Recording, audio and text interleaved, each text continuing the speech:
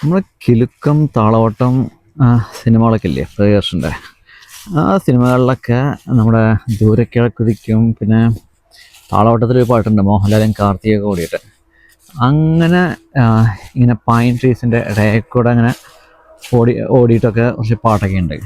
അതേപോലത്തെ സെറ്റപ്പാണ് pine trees ഇവിടെ വെച്ചിരിക്കുന്നത്. എന്താ ബ്യൂട്ടി!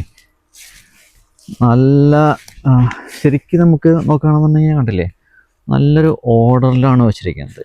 ഇത് പ്ലാൻ ചെയ്തിട്ടുള്ളതാണ് പൈൻ ട്രീസ്.